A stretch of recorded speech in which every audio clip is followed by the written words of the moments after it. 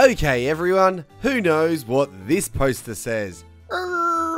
Der Marshall und der Freite Kämpfen für Lemon Stickenbrücken. I don't know, something about friends? You're dumb, short bus. It says the Marshall and the fruit like camping with friends and eating glucose. Well, you're all wrong. It actually says this. Der Marschall und der Gefreite kämpfen mit uns für Frieden und Gleichberechtigung. That means the Marshal and the Corporal fight with us for peace and equal rights. Wow, what dumb commie leftist said that? Yeah, I bet it was one of Pig-and-Todd Pig's friends. No, short bus. It was the one and only Nazi Party. On the 5th of March 1933, after Hitler had become Chancellor, but Marshal Hindenburg was still president. Right, what? Oh, my blood!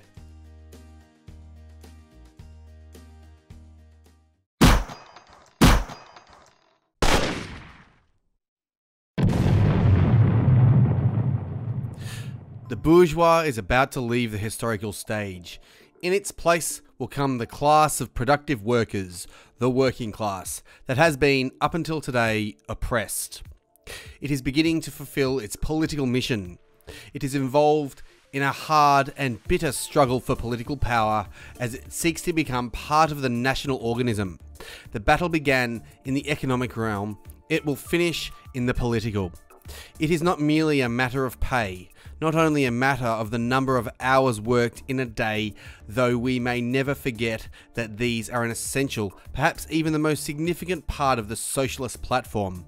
But it is much more a matter of incorporating a powerful and responsible class in the state.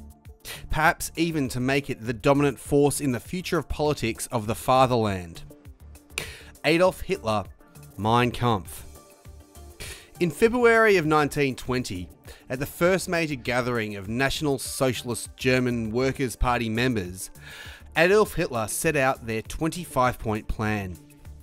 This was the party manifesto and became their founding philosophy.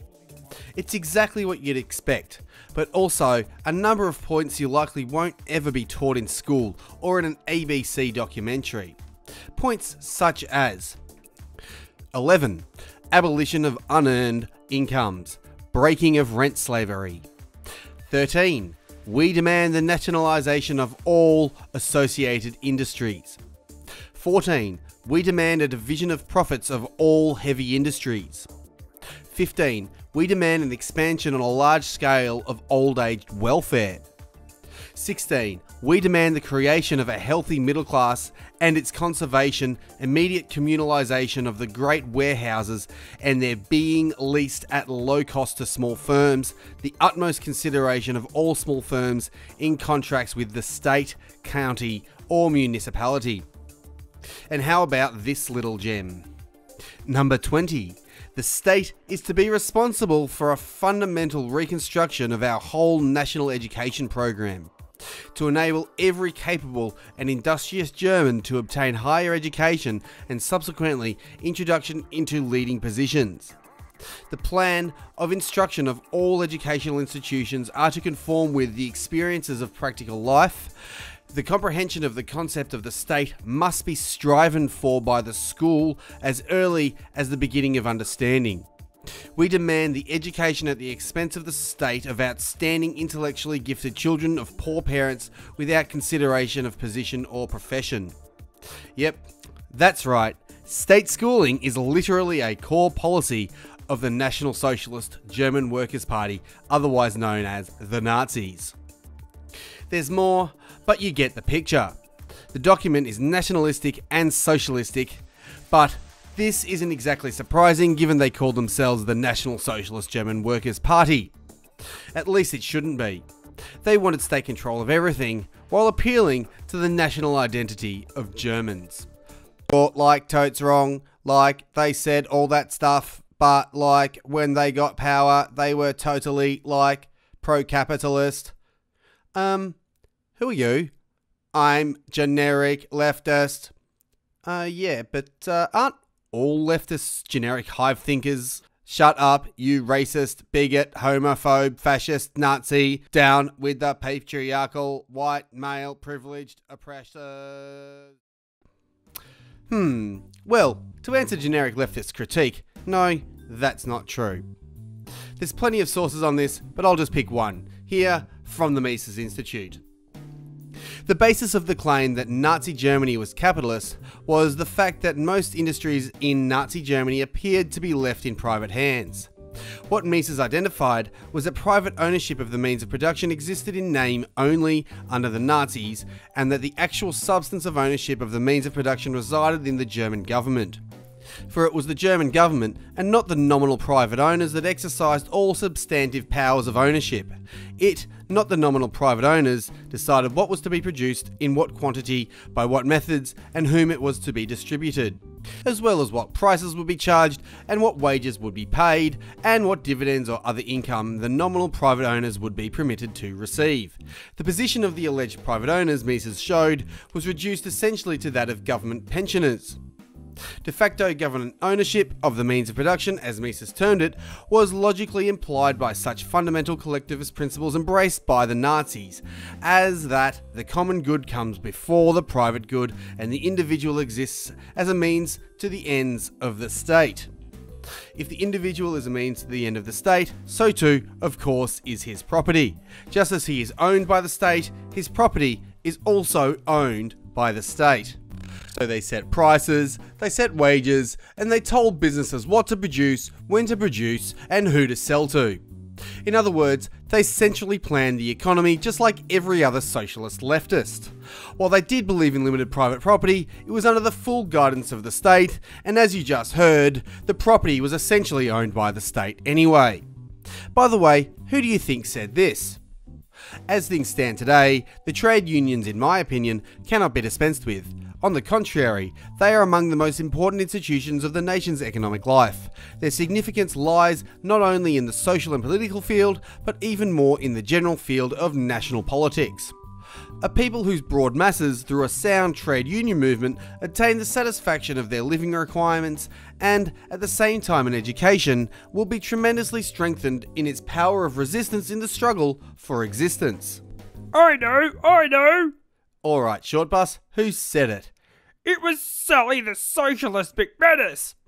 Nope. Bill Shorten? Nope. Richard D. Natale? All really good guesses, mate, but it was a double bluff. That was actually Adolf Hitler as well. In fact, it was in chapter 12 of his book. Wow, does that mean Dick, Bill and Sally are Nazis too? Nah, they're just socialists. They aren't really nationalists. They actually don't like Australia at all as far as I can tell. Meaning, they are worse than National Socialists in a lot of ways. Wow, mind blown again. To be fair, he did change tune when he outlawed unions and set strict wage controls in order to boost investment in the arms industry and militarise Germany for the future conquests of lands. This was the broader plan. The state was to provide for all Germans, and that meant taking land by force. There was strict supervision and licensing on foreign trade. Almost all industries were under close control of the state, and they embarked on a massive government spending spree. This resulted in a big deficit and subsequent increase in government debt. The National Socialists were even avid greenies. They loved nature and constantly spoke of natural laws and mankind's insignificance in nature. Here's another quote from the man himself. "The German countryside must be preserved under all circumstances, for it is, and has forever been, the source of strength and greatness of our people." Honestly, there is so much evidence to show Nazis are indeed left-wing socialists. I could make this video hours long if I wanted to. Hell, they even copied communist propaganda. It's almost like they were using the same instruction manuals. The evidence is so overwhelming, it's astounding this is even a discussion. I've left a number of links in the description for further reading if you're interested, but rest assured, the evidence is undeniable. Hitler even hated department stores, for God's sake. He was the original anti-Walmart social justice warrior. The idea that Hitler and the National Socialist German Workers' Party were somehow right-wing is arguably one of the biggest lies in history. Hell, take it from the man himself. We are socialists. We are enemies of today's capitalistic economic system for the exploitation of the economically weak, with its unfair salaries, with its unseemly evaluation of a human being according to wealth and property instead of responsibility and performance. And we are determined to destroy this system under all conditions. Again, Adolf Hitler, 1927. They were socialists, who called themselves socialists, who enacted socialist policies when in power. They were left-wing socialists. This is a fact. Aren't you forgetting something? What's that? They were actually nationalists. That means they were right-wing. You mean nationalists like Mao, Stalin, Pol Pot, Castro, and Chavez? Not real socialism. Not real socialism. Does not compute. Does not compute. Reset. Reset. Make ad hominem attack. You are racist, fascist, you hate workers, you hate women and non-white people. Social justice, oppression, oppression, oppression. Hi everyone, thank you so much for watching all the way to the end of my video. I really hope you liked it. If you did, don't forget to leave a like and a comment. Also, if you are new, go check out all my other stuff and then click subscribe and the bell if you want to get notified.